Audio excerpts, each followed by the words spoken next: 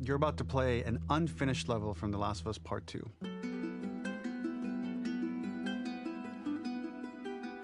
The reason we added this section is there are a few sequences, and we picked the 3 of the best ones, that we cut from the game. You know, often we build a game that's much bigger than what ends up being the final product. They're months away from being finished, but we wanted to give you an insight of what it's like when we built the game, because often we have this whole thing constructed and it doesn't have final art or audio or dialogue. And here you get to see the building blocks of what it's like when we first string a bunch of these levels together. This is the intro to the first deleted level, and this one is the roughest of the 3. We wanted to show more of how Jackson operates. So this is the festival where Ellie ultimately kisses Dina. This sequence would have come very late in the game as a flashback sequence while you're in the farm with Dina. And we wanted to show what is the rest of Jackson doing, and wanted to put on the stick, make it interactive. So you could see when you're outside, there are all these almost like carnival games that you can play. You could mix drinks, you could play with these kids that are playing a sort of clicker Marco Polo, sit down and listen to conversations. And all the different interactions were first or second pass, very, very early passes.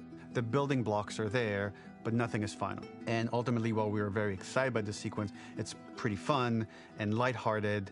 It just slowed things too much as we're barreling towards the end of the story at this point. So again, reminder, rough, missing audio, missing animation, missing gameplay tweaks, missing dialogue, but pretty representative of what it would have been. So enjoy.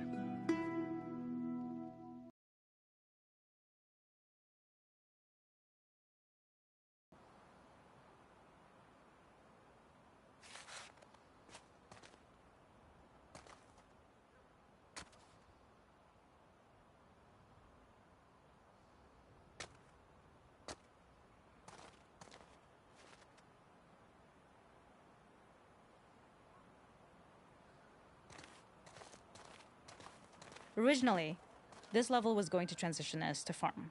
We would go all the way through to the dance, where Ellie and Dina share their first kiss. Then we would play through farm, and when Ellie plays the guitar at night, she would remember the Seth incident. So, the opening for this was a little tricky. We needed it to match at least a little what you might expect emotionally coming from prior beats, because we were already purposefully disorienting you in time and space. Remember, you just came from this huge fight. To jump straight into it would have been a little too jarring. After some back and forth, we rooted it in Ellie's nerves, calling back to her hands shaking in the theater. But this time, for a much more innocuous reason we'll find out later. She's nervous because she has a crush on Dina, who is the only reason why she's here at the dance. Something we really wanted to do was highlight the way their lives had turned upside down since she went down this path. We had this idea of recontextualizing all of our usual gameplay mechanics that were designed for really violent ends. The workbench, door bashes, throwable weapons, and even the infected, which is my personal favorite. Peppered throughout the level are moments of levity or shared history, all the while seeing how happy and mundane they all were before her huge revenge odyssey.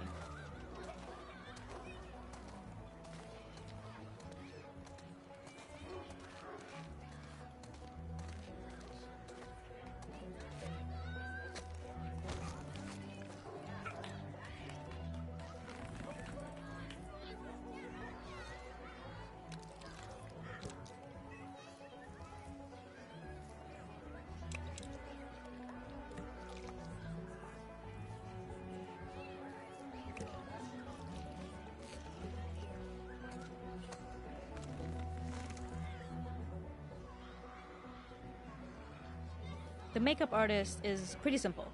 It's one of those little in-game scenes we peppered in to make it feel like Ellie had roots in the town. Hallie, our writer, mentioned that in her mind, an ex-girlfriend of Ellie's tattooed her arm to cover up her scar. So we figured this might be the only time you get to see that. We wanted to hint at it and allude to it and make it feel like there had been so much more that had been happening and so much more that Ellie threw away.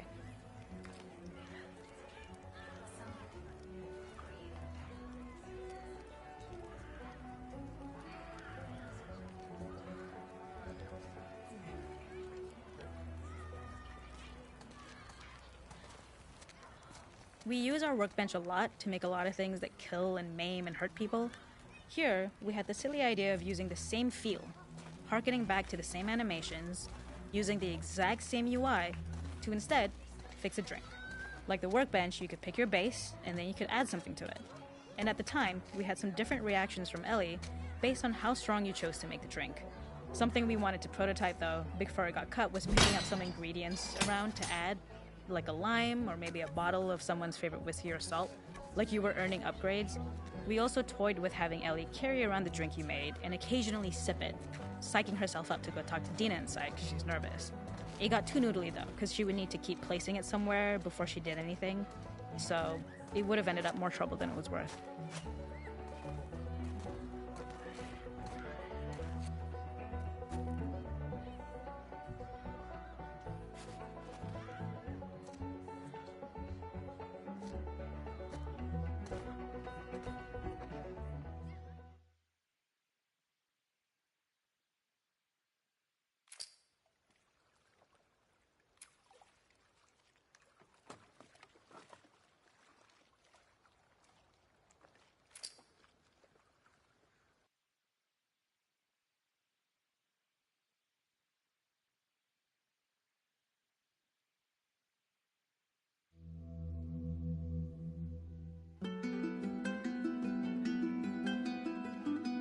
In this second deleted level, which is an extended sequence of the sewers in Seattle, this comes on the heels of where Ellie goes into a building and she survives an attack by stalkers and gets thrown out of a window and gets swept away by the current. And then we cut this section that used to be there in the final game. Now you will get to play it. So this was a way to get a bit more interesting puzzles, interesting traversal, figure out how Ellie can navigate the sewers with the fighting current. Ultimately, with a lot of these levels and these sequences, the reason why we cut them were for pacing purposes. But here it is for you in this very kind of raw form that part of it will feel finished, parts of it will feel like assets are missing as far as audio, animation won't be final. But it's a glimpse into what a game looks like when it's months away from finishing. Enjoy.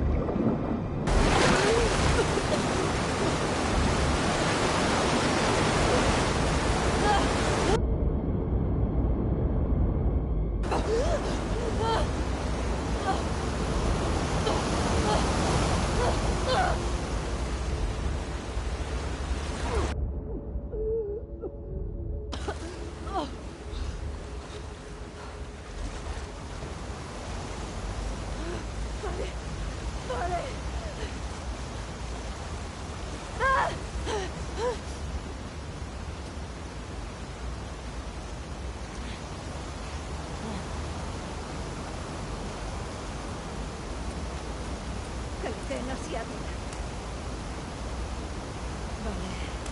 ¿Dónde narices estoy?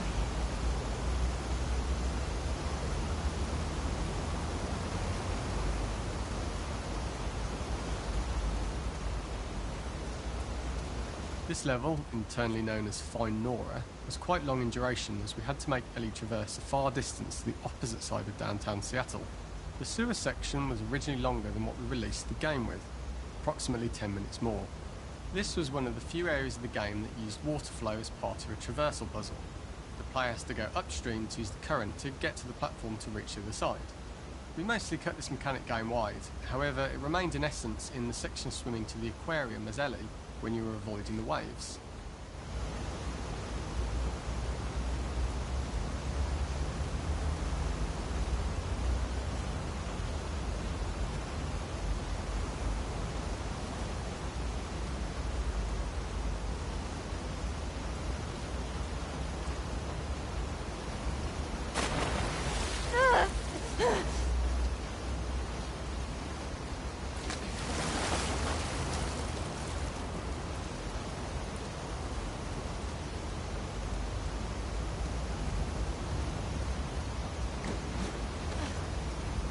The ladder acts as an immediate goal for the player, but being able to climb out is not going to be so easy. To keep levels interesting and to have found the ladder, but then a negative to discover it's not the solution. But then another positive to identify the next short-term goal of the doorway. By alternating between these opposing values, we give players what they expect, but not how they expect it.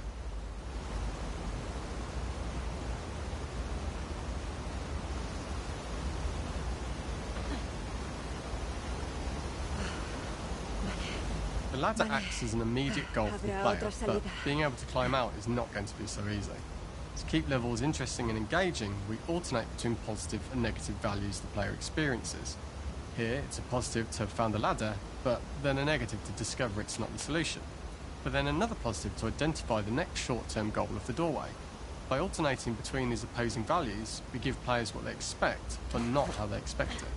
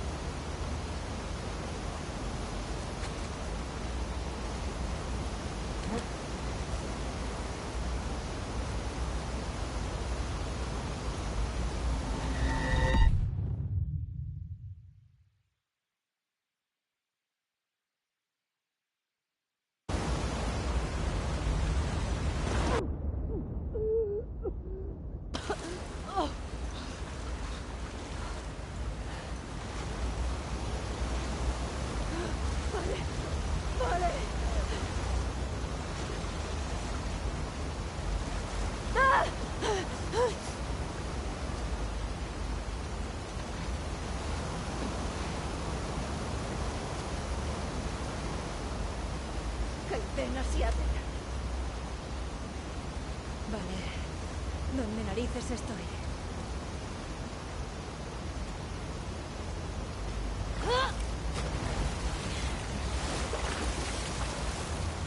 Bien.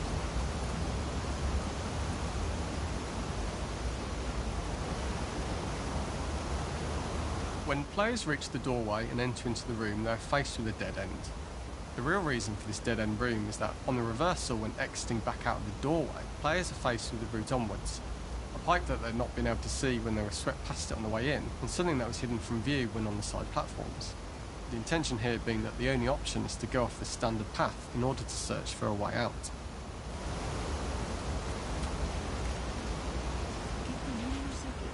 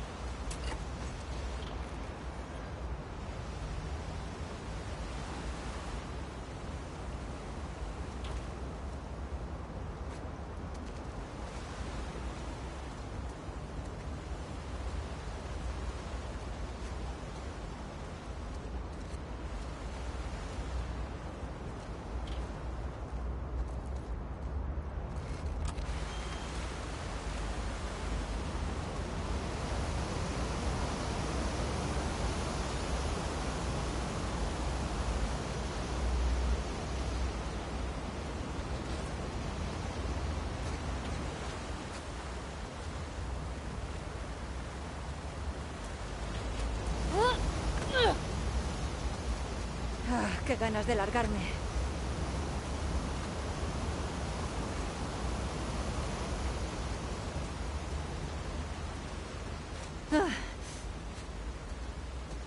Throughout the rest of the level, we also use light to indicate to the player that they were heading in the right direction. At each turn, however, we block the direct route forward. Players would know that they just have to keep finding alternative paths, promoting those feelings of being desperate and trapped.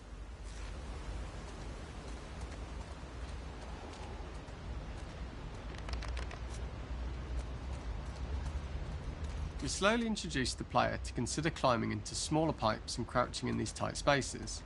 This is to slowly build up to and encourage Arriba y the afuera. player to climb into such a Tú ve small arriba y pipe. We afuera. added a tiny space just to reward the player's exploration with a pickup item, and we made sure it was something that made sense that you'd find in this area. A canister and all the garbage that had been washed into the sewers from the surface. We loved the idea of making Ellie prone through a tiny dirty pipe in order to get out, as it was a great opportunity to use our prone mechanic. A unique camera setup was created to support crawling in these pipes, as the standard prone camera is much higher above the player. We also created custom collision in order for Ellie to manoeuvre in these tight spaces easily. Initially, the La oblong calma, collision Ellie. capsule around her character caused issues crawling around corners. We put extra effort into the custom corner collision, so the movement experience is as smooth as the main game.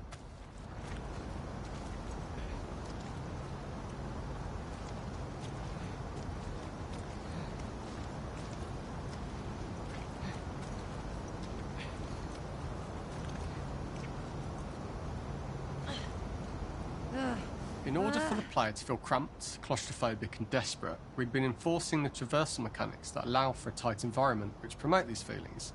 We introduced the use of the squeeze through so that we can keep the player feeling enclosed and tight, but without repeating the same geometry. Here we change from low ceilings with wider walls to high ceilings and tight walls to change up the spatial pacing and keep the level from repeating itself.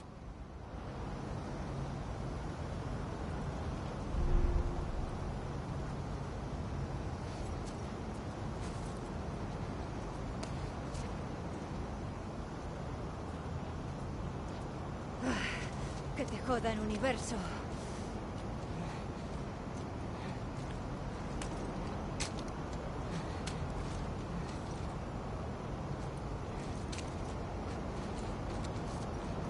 Menudo sitio de mierda para morir.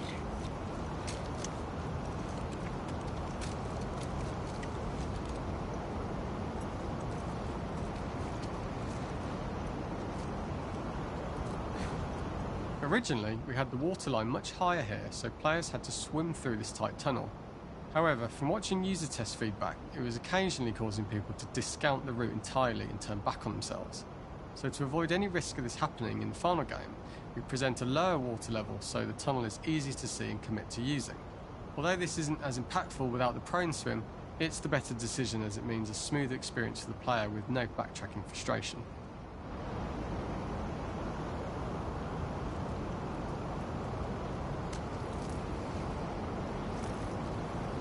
As we surface from the water and over the crest of the slope, we reveal what is further in this tunnel. A clicker that has sprouted and the fungus has grown on the sides of the pipe. It was great to see people who user tested this area becoming increasingly worried as we forced the player to squeeze past the fungus and inches away from the clicker's face, all the time not being sure whether the clicker might be alive or attack them. Although we aren't as cruel as to force a clicker attack in such close proximity, we do have a payoff for this moment. This clicker momentarily turned into Joel to show Ellie's PTSD from what happened to Joel at the start of the game. Ultimately, we decided to save this moment for the farm level, as it was more impactful there because it could become the centrepiece of that experience. Whereas in the sewers, we weren't able to make it as much of a narrative point and give it the breathing room and reaction time that it deserves, given the tight space.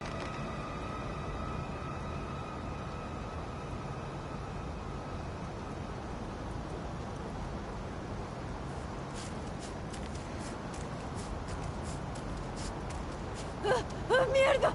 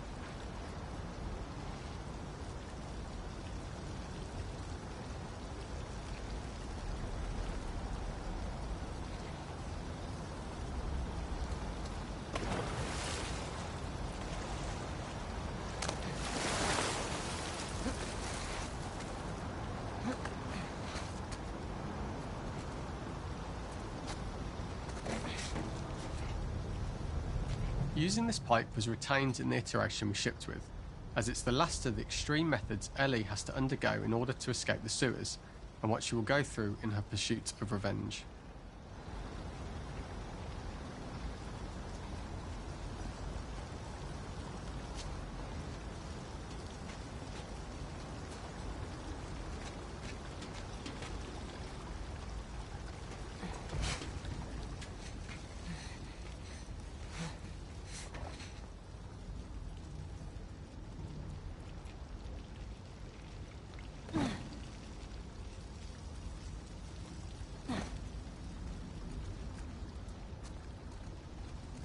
The last ladder climb is quite lengthy, and although we could have trimmed it down to a shorter climb, we liked how this last segment of the journey built anticipation for whether there was success at the top or not after all you've been through.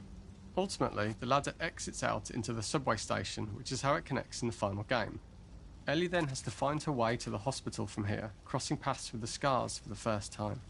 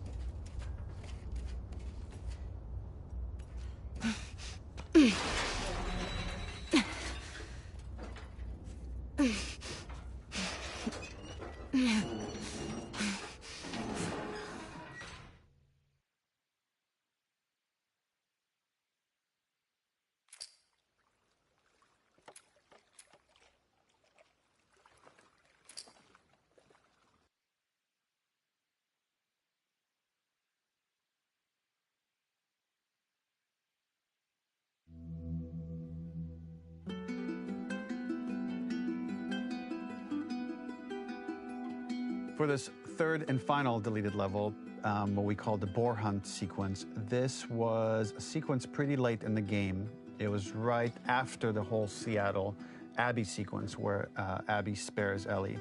And then we wanted to come back into Ellie's story, but keep it a bit mysterious of how much time has passed, where is Ellie now?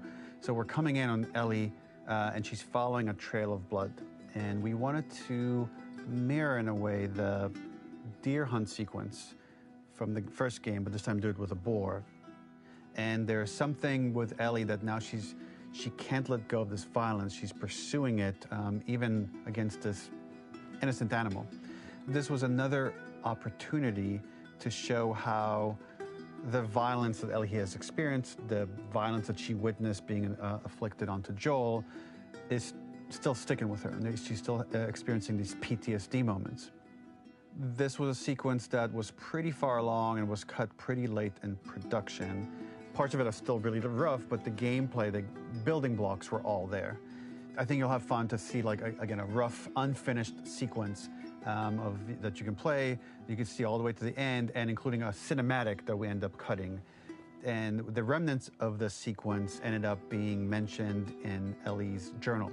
So this part of the story that we developed still made its way into the game as kind of optional stuff that you could read about, but here you get to experience it. So as a reminder, this is pretty rough, months away from being finished, but you get to see it now.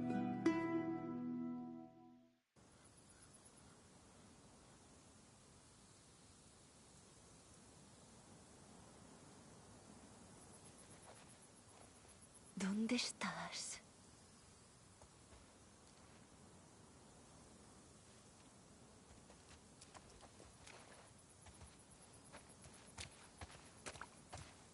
So the boar hunt was one of the hardest levels for me to work on. It was a huge challenge with the systems that we had, and we kept trying, but it never felt quite right. Originally, the level happened after the Jackson Festival, which also got cut, but before Farm. Once the festival got cut, it became the prologue to Farm. The intended experience is that we jump forward in time after the fight with Abby in the theater. We don't know where Dina is. We likely assume she's dead because she was just bleeding out. Ellie is alone. Her hair is short. So maybe this is the future or the present. And she's hunting. Hunting who? Abby still? In early iterations of the fight, it was more arena-like. The player slowly whittles down the boar's health. Ellie gets more visceral and more vicious. We get a little worried about her. As the boar gets weaker, more panicked, more feral, and we start feeling sympathetic to the boar, was the hope.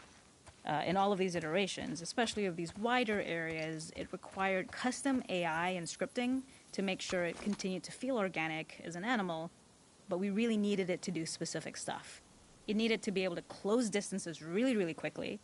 It needed to charge to attack, but we wanted the feeling of hunting, so we needed to track it down from afar. And we also needed to discourage the player from attacking the boar when it's that close, or it would kind of turn into this melee kerfuffle. How do we do this in our world while keeping the boar believable?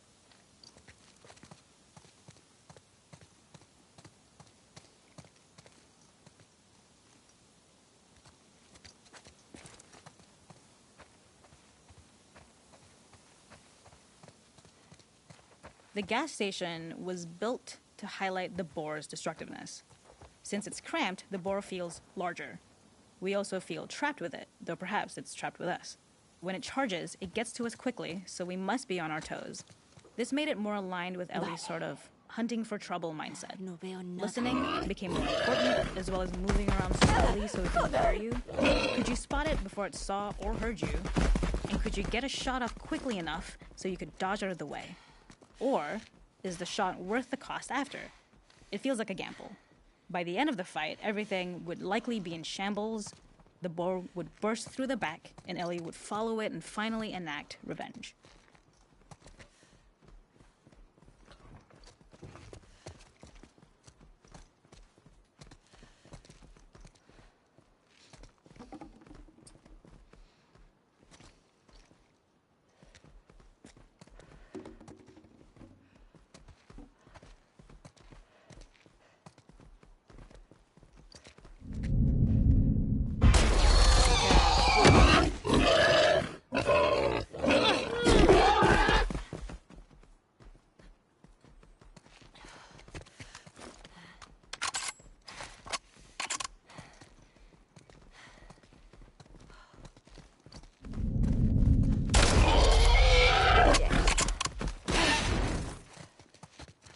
no haya dónde ir.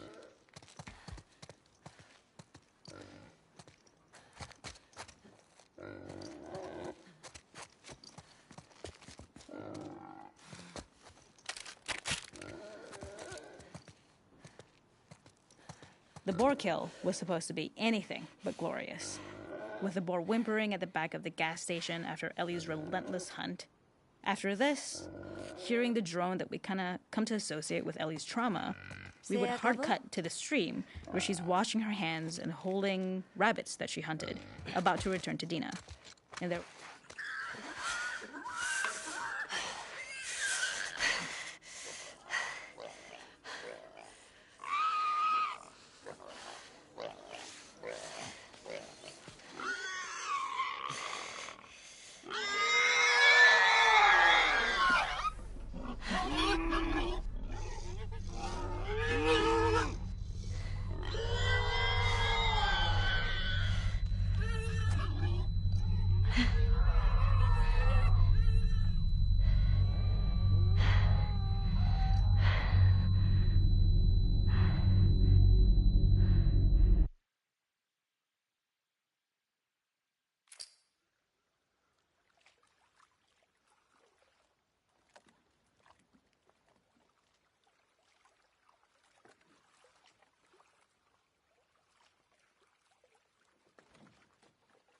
Hola, buenas tardes, Jimmy. Hola, ¿qué tal?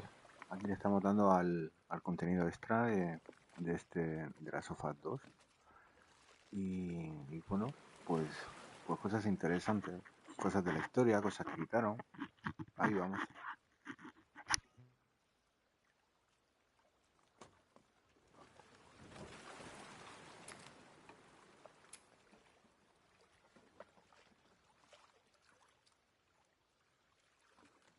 Sí, un apéndice, cómo se hizo, pues cosa que no apareció ahí en el juego. Sí.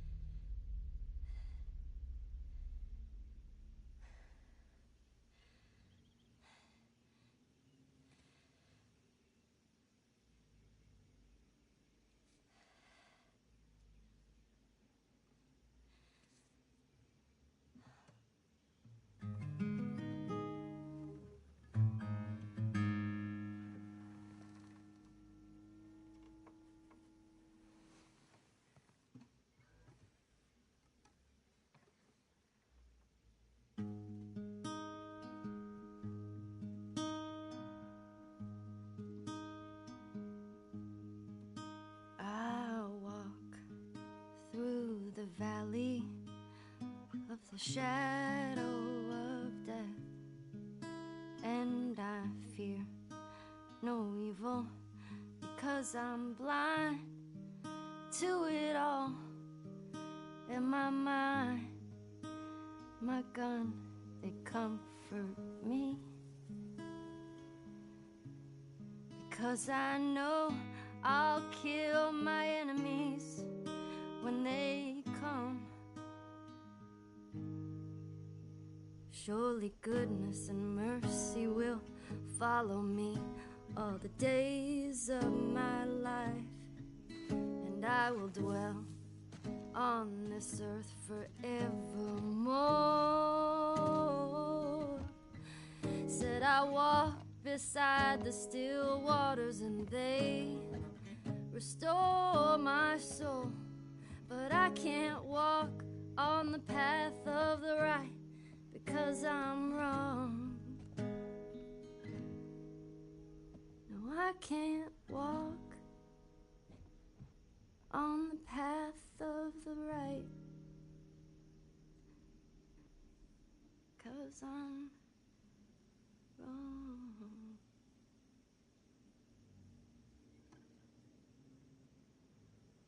What are you doing, kiddo? You really gonna go through with this?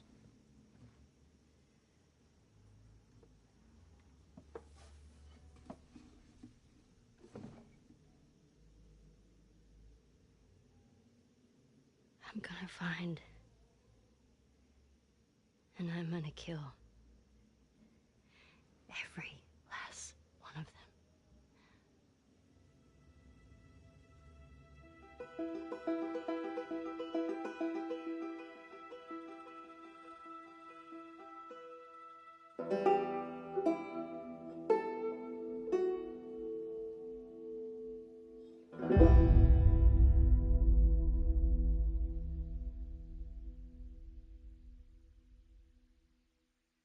PlayStation.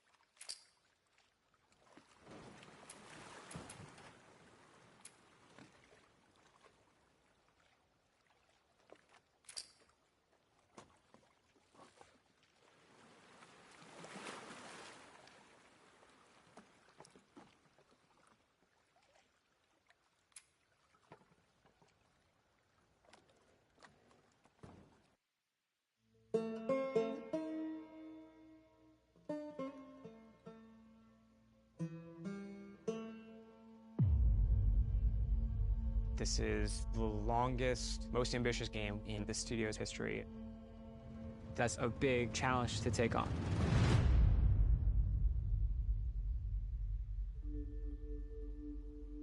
The last Last of Us was this beloved game that won all these awards. So many people were like, Last of Us 1 is perfect. They shouldn't make a sequel. My hope is it's going to make the first game even greater. That's the thing I love about the beginning of a project. It's like, it's all optimism. This is going to be the game that I always dreamed about making. Let's do something new. Let's take risks. Let's kill Joel right away. Let's just kill him. Yeah, I was like, what? Yeah, let's do it. You're gonna piss a lot of people off. This scope on this game is extraordinary.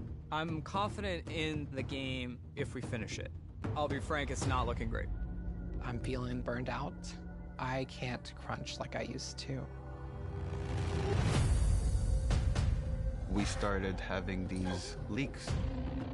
It was awful. There were a lot of days where I would just cry. And then there's these rumblings of this pandemic. Are people going to want to play a game that takes place in a pandemic when there's a real pandemic? Ever going to finish this game?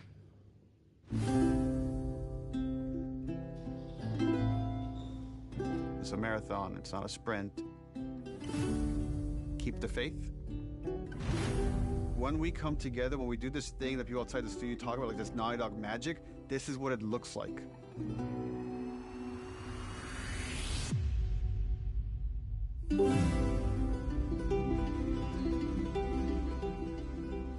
Or Joel doesn't die. So then what happens is all of us become friends. Blair!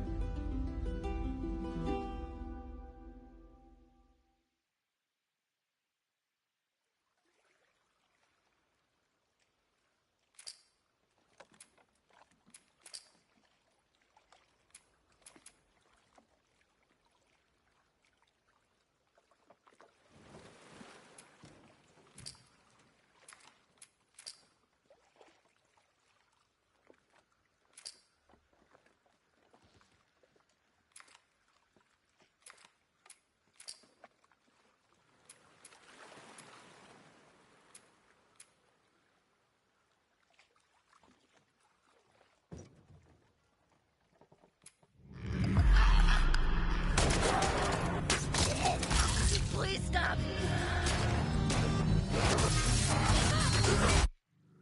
Recording. Okay, I think we're good. First of all, I'm going to start by asking you questions. Oh, crap. Okay. Have you finished the game? Have you...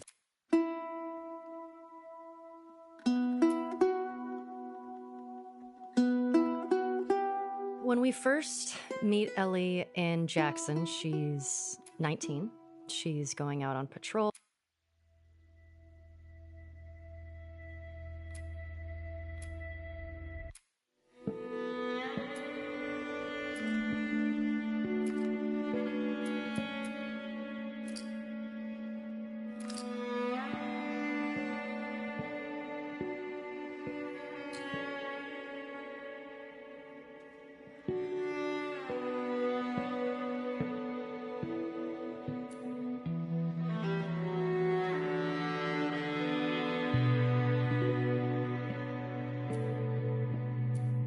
I cling onto this Robert McKee.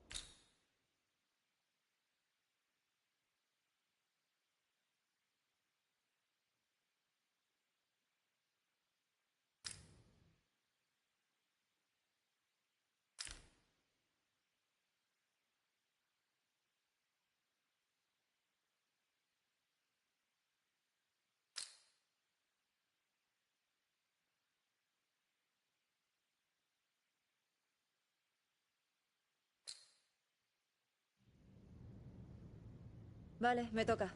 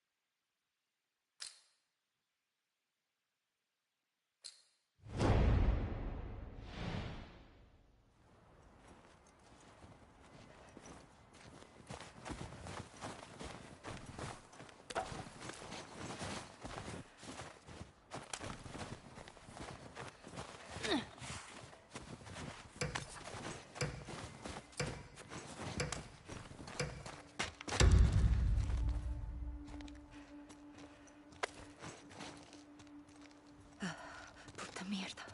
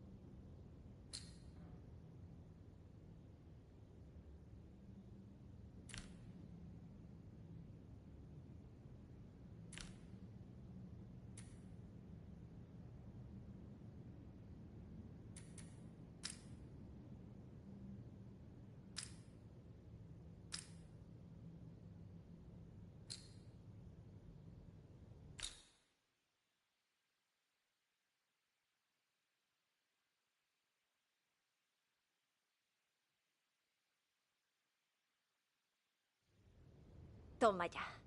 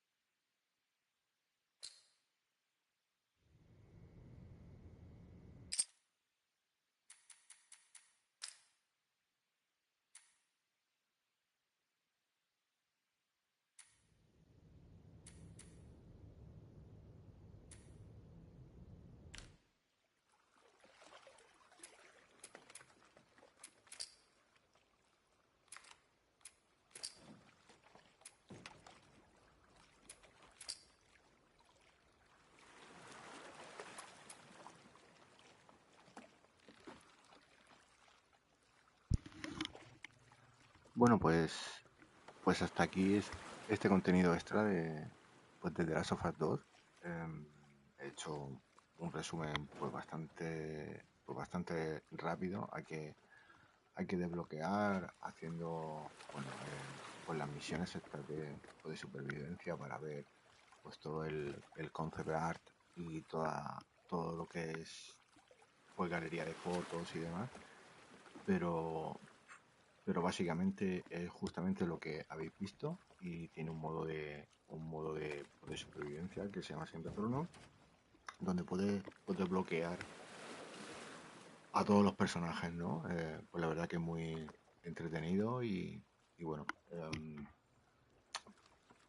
pues cerraré ahí el directo con ese tráiler de presentación de este increíble, maravilloso de las Us 2. Así que buenas tardes y muchas gracias a todos. No me quiero olvidar a todos los que os habéis pasado y no habéis participado. Y muchísimas gracias a mí por pasarte un ratín y ver este contenido extra.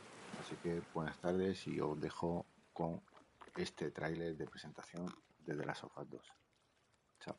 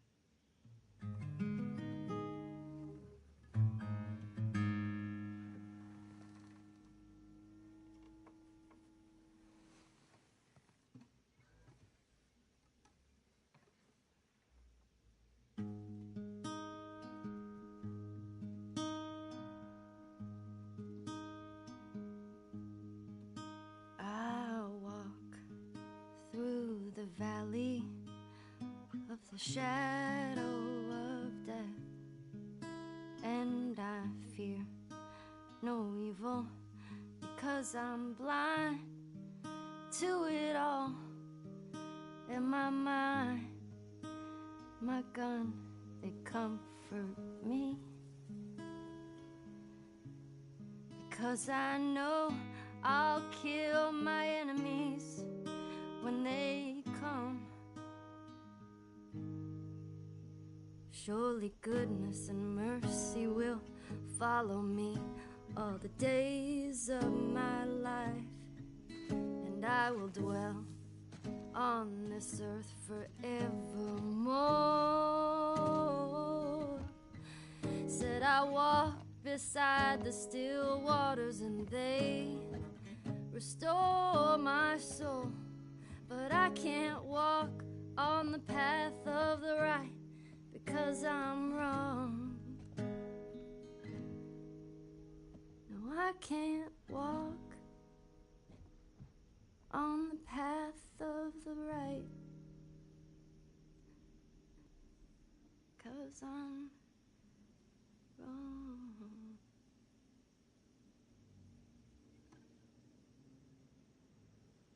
What are you doing, kiddo? You really gonna go through with this?